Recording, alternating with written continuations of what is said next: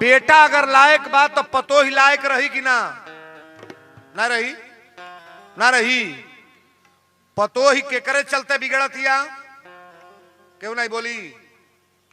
अगर बेटा अपनी माई के पीठ मल के नहवावता तो पतो ही नहवाई कि ना।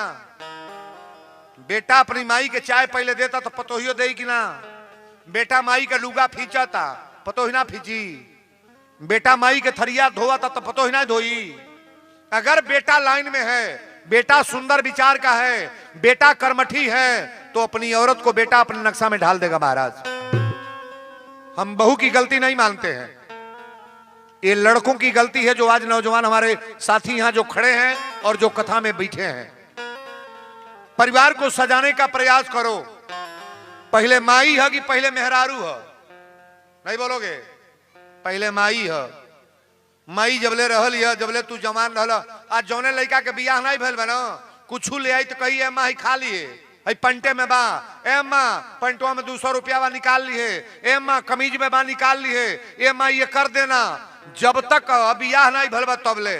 आज शादी हो जाता तो पैंट के दिया था माई के नहीं के बोली। 100 ग्राम मूंगफलियो आयल बा तो घर में ले आके पूछाता चीखलू ह ठंडा लगी गरम रहल।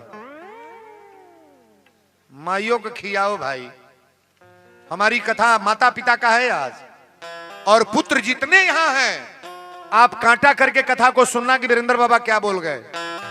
हम कथा नहीं बोल रहे हैं, सीधे संस्कार। सरवन के महतारी कहली बेटा जब बरदखुआ लोग आवत न तो हमरा लगे बैठाव।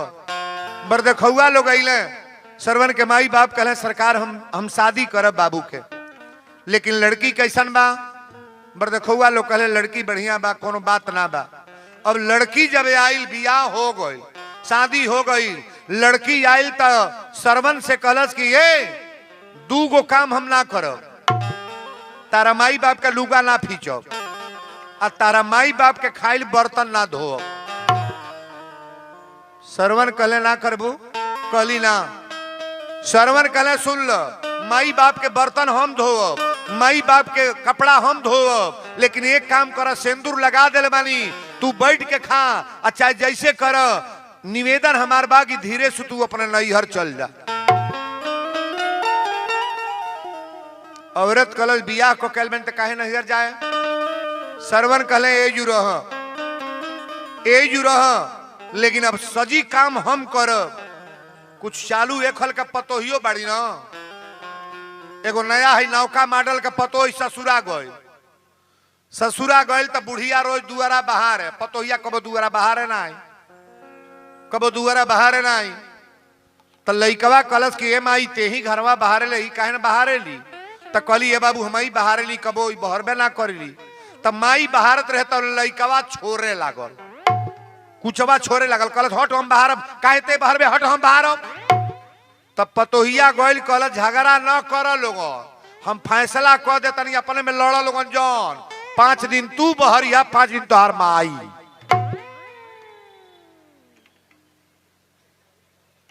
सुनाइल हो? फैसला कर दिहलस। ओकर इतना करेजा नहीं फाटल हो कि कह दे अम्मा जी छोड़ी अब हम बाहर। कहलस 5 दिन तू बहरिया 5 दिन तोहार माई। माई मर्द बाहर आई तो रानी बन के बैठी। हेमे केहू बाग नहीं मॉडल वाला पतो। विचार बदल लो, नजरिया बदल लो। खतरा है, एकदम खतरा है, खतरे में चल रही हो। अगर ये मामला तुम्हारे परिवार में है तो तुमको आगे पीछे कोई पूछने वाला नहीं होगा। आवे दा बुढ़ौती देखा तहार कौन दशा होता। बोलो शंकर भगवान की जय। सरवन के महतारी कली बेटा जब ही खाना दाना ना बने है तो काहे एतर से का? कहले माई घबड़ो मत, बेटा पैदा कैले बड़े तो के हम खियाए पियाई, तोर कपड़ा हम धोब। एक दिन सरवन गैला गुरु वशिष्ठ की यहाँ। वशिष्ठ जी कहले सरवन कहाँ आइल बेड़ो? सरवन कहले गुरुदेव कोनो उपाय बतेती कि हमारा माई बाप के आंख अच्छा हो जाए। हमार माई बाप अनहर बड़े, आंखी से लौकत ना बा, हमरा चेहरा के भी नहीं देखल लोग सरवन बाड़े कैसन। गुरु जी कहले कि सरवन तोर माई बाप अंधा ना रहले, आन्हर ना रहले सरवल। जंगल में जाके ब्रह्मा जी के तपस्या कर लो। ब्रह्मा जी कहले तो के बेटा दे, लेकिन जहिया बेटा धरती पर गिरी तैया से अंधा बन के रहे परी। सरवन कहले माई बाप हमरा खातिर आन्हर, ई अंधा हमरी लिए बनल बस। गुरु वशिष्ठ जी कहले कि हाँ सरवन, ई तोहरा खातिर तोहरी ऐसा बेटा खातिर माई बाप आन्हर बनल बड़े।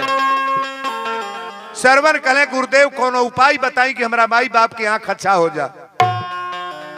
गुरु वशिष्ठ जी कहले सरवन एगो काम बा, माई बाप के कांवर में बैठा के कांवर बना लो, आ कांवर में बैठा के माई बाप के चारों धाम करावो। चारों धाम करावा, माई बाप के आंख अच्छा हो जाई। चारों धाम करावा। चारों धाम बड़ा लंबा बाए दादा। हथियागढ़ धाम में कितने माई के बेटा आवे नहीं देता। अबे कोनो बुढ़िया कह दे हो 10 रुपया दो वीरेंद्र बाबा के दे बा, तो एक दिन दे दी है, दूसरा दिन फिर मांगी दे दी है, तीसरा दिन कहीं रोज जग बसल बाड़ू वीरेंद्र बाबा के दीवाना भल बाड़ू। जाइबू वीरेंद्र जाइबू, तू कथा सुन रोज।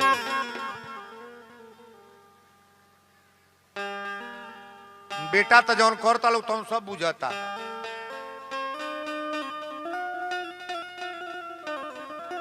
आ कितने लड़का बड़े जाड़ा में माई के साल ओढ़ा के, मोजा पहिरा के, जूता पहिरा के, मोटरसाइकिल से बाबू हो हत्तीमपुर से लेके आइल बा, हाटा से लेके आइल बा, देसही से लेके आइल बा, वो बेटा अपने माई के लेके जू आइल बा। रोडे पर जा देखा बाइक कितना खड़ी बारी लाइन से, 100 मोटरसाइकिल खड़ा बा, जाके देखा इतनी पर। वो बेटा ना है जरा नाई बेवत बा साइकिली पर बैठा के माई के ले आइल बा। माई चल कथा सुनी है, ओकरा बाद साइकिली पर बैठा के ले आई। सरवन के माई कहली बेटा चारों धाम करेबा तो हमरा लौकत तो है नहीं के। सरवन कहले माई तनिको चिंता मत कर, कांवर बनौले कांवर। आप ध्यान से सुनिएगा, कथा शुरू बा। कांवर बनौले, कांवर में जो है बुहार बहिया लेके लोग कहार चलत रहले, वही के कांवर कहल जाला। खांची ये न हो लेके बढ़िया बना के गुदरा डाल के उमें सी के बनौले माई के गोड़े में, आ एहू बगल बनौले अपना माई के कोरा में उठा के एक बगल बैठौले, आ पिताजी के उधो ऋषि के एक बगल बैठौले। सरवन के माई कहली बेटा पहले एक बात बतावा, माई बाप तब्बे उत्तीर्ण होला। बहुत लोग कहला कि ये बाबा बेटा पैदा कैला से हमनी का होला। बेटा तो बहुत कुछ करे महाराज, लेकिन बेटा रहे तब तो। बड़ा सुंदर भाव बा। कांवर में बैठा के जब सरवन लेके अपना अयोध्या से चले लगले, वीरेंद्र बाबा भाव है जो बता रहे, अरे ले के कंवरिया में बापा महतरिया चली रे भई लेना तीरथ करे आसा ननवा चली रे भई लेना तीरथ करे आसा ननवा चली रे भई लेना तीरथ करे आसा ननवा चली रे भई लेना। ले के कंवरिया में बापा महतरिया चली रे भई लेना। भोले के बाबा महतरिया चली रे भई लेना। भोले के बाबा महतरिया चली रे भई लेना। तीरथ करे आस ननवा चली रे भई लेना। तीरथ करे आस ननवा चली रे भई लेना। तीरथ करे आस ननवा चली रे भई लेना। अरे जहां देखल देवी देवता सिरवा झुकवले करावे लगले ना। हो देख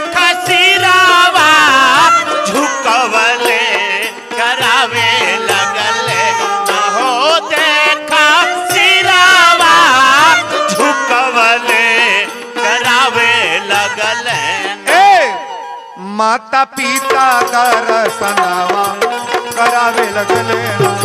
माता पिता दर्शनवा करावे लगल ना। माता पिता दर्शनवा करावे लगल ना।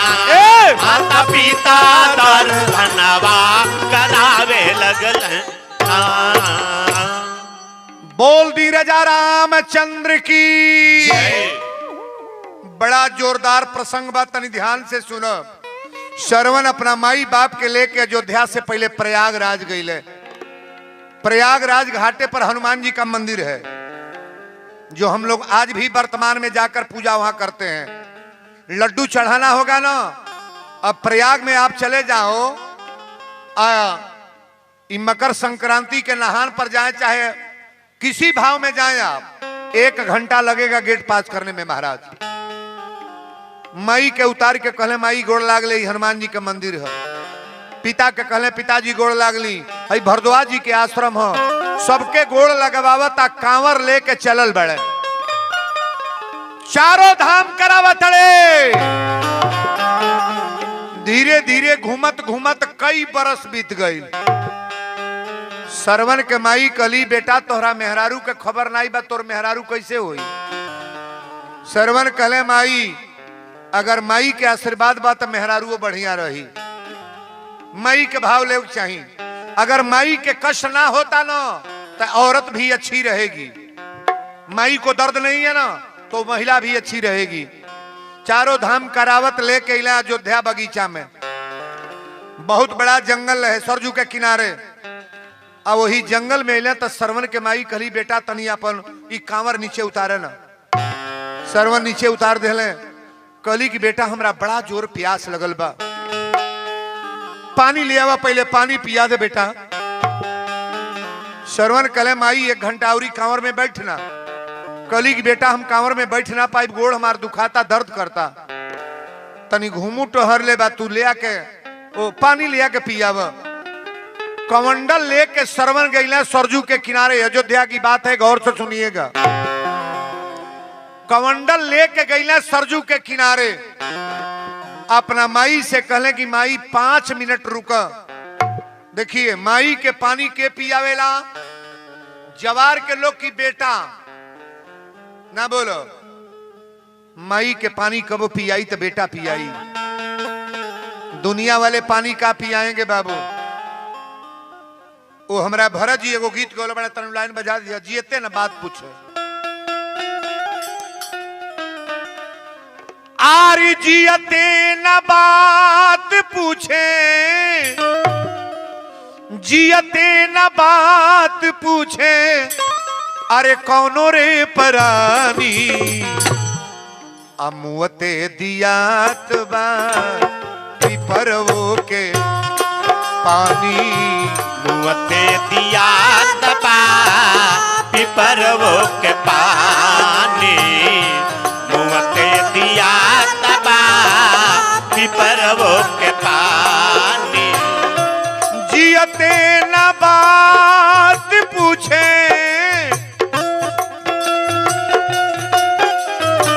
अरे जियते न बात पूछे, कौनो रे परानी, मुअते दियात बा पिपरवो के पानी। मुअते दियात बा पिपरवो के पानी। मुअते दियात बा पिपरवो के पानी।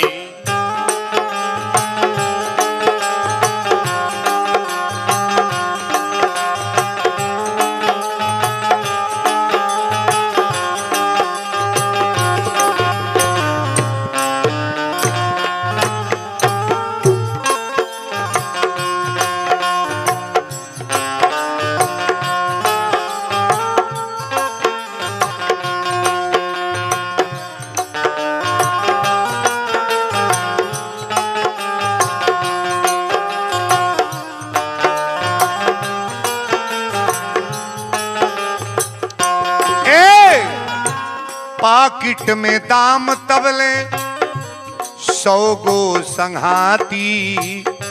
कुल परिवार हित मित बेटा नाती। कुल परिवार हित मित बेटा नाती। कुल परिवार हित मित बेटा नाती। पाकिट में दाम तबले आरे 100 गो संघाती हो, 100 गो संघाती। कुल परिवार हित मिट बेटा नाती। ए कुल परिवार हित मित बेटा नाती। मेहरी मर्द के जाने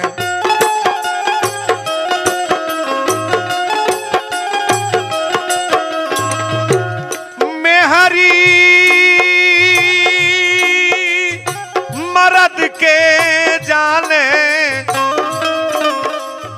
आरे मेहरी मर्द के जाने जबले बा जवानी।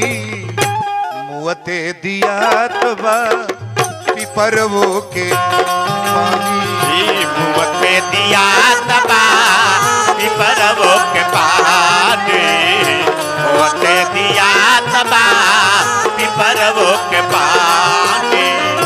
मेहरी मर्द के जाने अरे मेहरी मर्द के जाने जबले बा जवानी।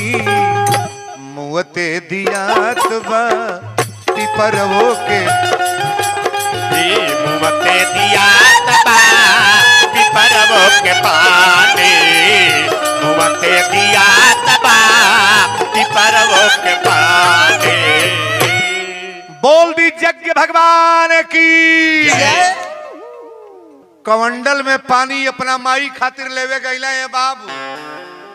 आ जेव सरजू जी में कमंडल डरना डब दे बोलल। शब्द सुन के हमारे दशरथ जी बाण चलाने वाले हैं। शब्द सुन के बाण मरले और निहुर के पानी भर दले तले सरवन के छाती में लाग गई। और सरवन के छाती में लागल तो 3 बेर आवाज दे रहे कि माई माई। दशरथ जी कहले बाण के लाग गई।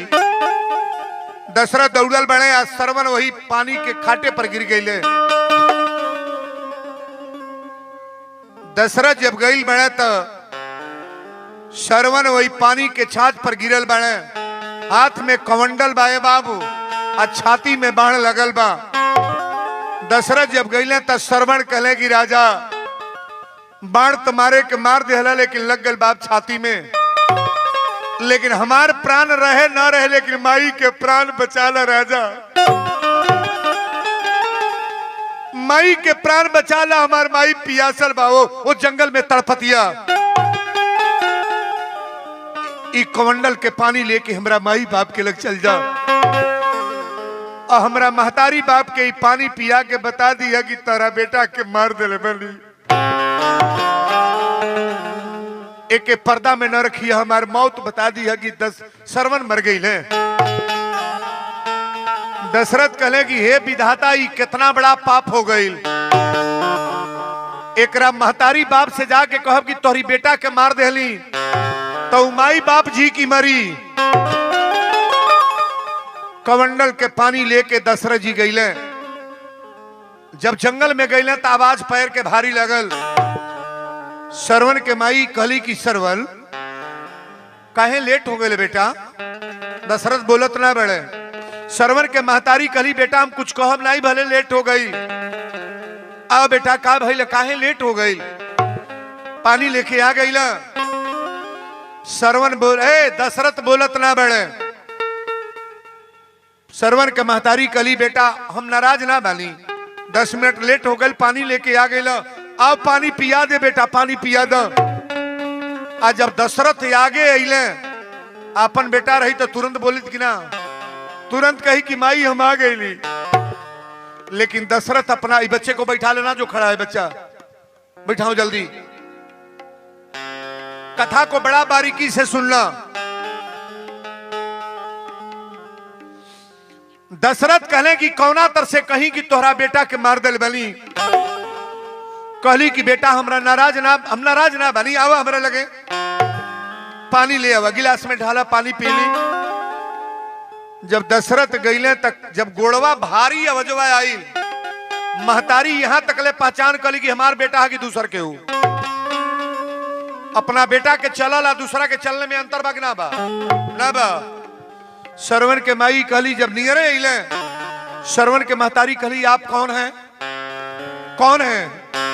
दशरथ बोलत ना बड़े। चंद्रकला कहली कि कौन है? दशरथ कहले कि सरकार हमार नाम चक्रवर्ती नरेश दशरथ है। चंद्रकला कहली कि अच्छा तो धीरे धीरे तू यही खातिर आवत रह। हमार बेटा श्रवण कहां बरे, कहां आइल बड़ा, बतावे आइल बड़ा कुछ कहीं पता बा हमार बाबू कहां बरे? दशरथ कहले कि पानी ले ला पी ला। ई कमंडल के पानी लेके आयल बानी तो हर बेटा भेजले बा। श्रवण के महतारी कली रे दुष्ट राजा, माई के पानी अगर पियावेला तब बेटा पियावेला, पुत्र पानी पियावेला। तू राजा हवा तो तोहरी हाथ के पानी पियब। पानी हमार बाबू आई पियाई अबे हमार श्रवण आवत हुई है। दशरथ कहे कि श्रवण आवत ना हुई है। अगवा बढ़ के हथवा पकड़ के कहले कि कौंडल के पानी भेजले बड़े और तोहरी बेटा के बिना जानकारी में बाण मार देले बानी, छाती पर बाण लग गइल बा। तोहर बेटा सरजू के किनारे गिर गइल। रानी तोहर बेटा मर गइल बा घाट पर। चंद्रकला कहली कि हमार बेटा मर गई, हमार पुत्र मर गईल, हमार पुत्र मर गईल। हमरा पुत्र के कोनो बीमारी तो रहल न। राजा तोहर नाम का है? कहले कि हमार नाम चक्रवर्ती नरेश दशरथ, ये अयोध्या के राजा हम ही। चंद्रकला कहली कि बतावा बेटा मरल कैसे है? दशरथ कहले कि अपनी बाण से पानी भरत रहे हैं, हमरा ई बुझाइल कोनो जानवर है। शब्द सुन के बाण मार देली, तोहार पुत्र ओई घाट पर मरल गिरल बा रानी। चंद्रकला कहली ठीक बा बेटा मार देला, जल हमरा हाथ पर दो। हमरी हाथ पर जल दा राजा, ई पानी हमरी हाथ पर दो, पानी हमारे हाथ पर दे दो। दशरथ कहे कि भगवान ही कोना मोह में डाल दिया, करे का अली है होत का बा। कली कि हमरे हाथ पर पानी दे दो। और जब हाथ पर पानी दिया तो वह पानी लेके संकल्प कैली, कहली कि अयोध्या के राजा चक्रवर्ती नरेश दशरथ, हमरा एगो बेटा रहा, एगो बेटा खातिर मरत तली, एको पुत्र खातिर मरत तली राजा। तो के श्राप देतानी कि तोहरा 4 गो बेटा हुई है। मरे के बेर आज तो 1 घोट पानी हमारे बाबू हमके पियवले रहते, हमरा एगो बेटा रहा पानी ना पियवलस, तो के श्राप देता नहीं राजा। तोहरा 4 गो बेटा पैदा हुई है, लेकिन मरे के बेर अपनी बेटा का हाथ से तू पानी ना पीबा, अपनी पुत्र के हाथ से पानी ना पीबा।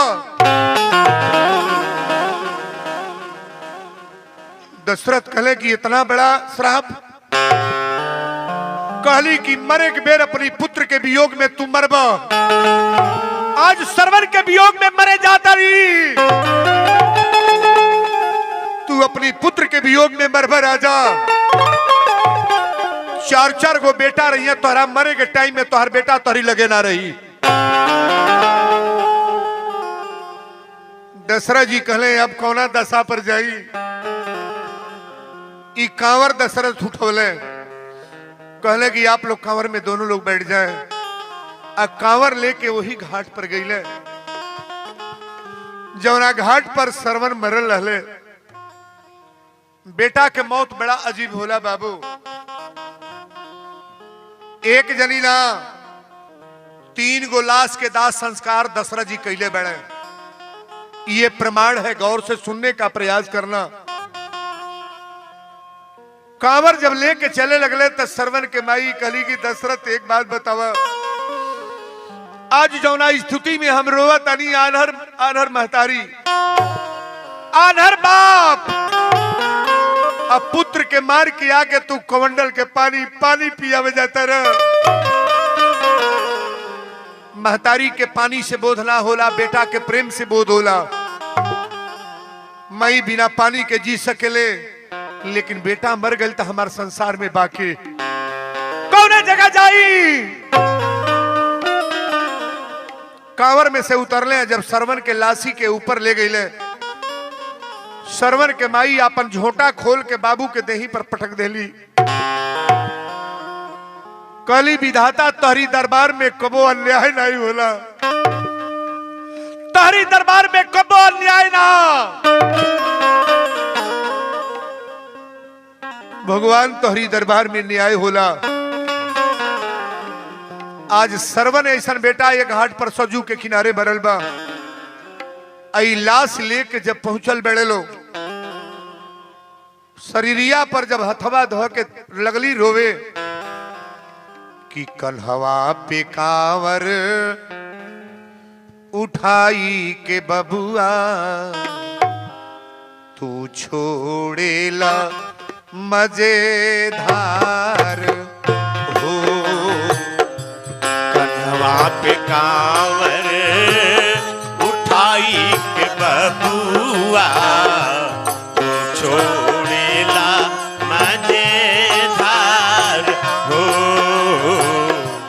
घरवा छोड़वला तीरथ वो छोड़ा के, घरवा छोड़वला तीरथ वो छोड़ा के, हमनी के दिहला बिसारी हो। कन्हवा पे कांवर उठाई के बबुआ, तू छोड़ेला मजेदार हो। कन्हवा पे कांवर उठाई के बबुआ, तू छोड़ेला मजेदार हो। बोल दी राजा रामचंद्र की। हमारी बेटियां बहन थोड़ा गौर से समझने का प्रयास करना। सरवन के माई बाप जब गईले वो जगह पर, आ सरवन के देही पर हाथ जब धैली, छतिया पर बनवा वही तरह हलल हल। दशरथ से कहली कि दशरथ तू राजा जरूर हो, लेकिन बाण निकाल ना।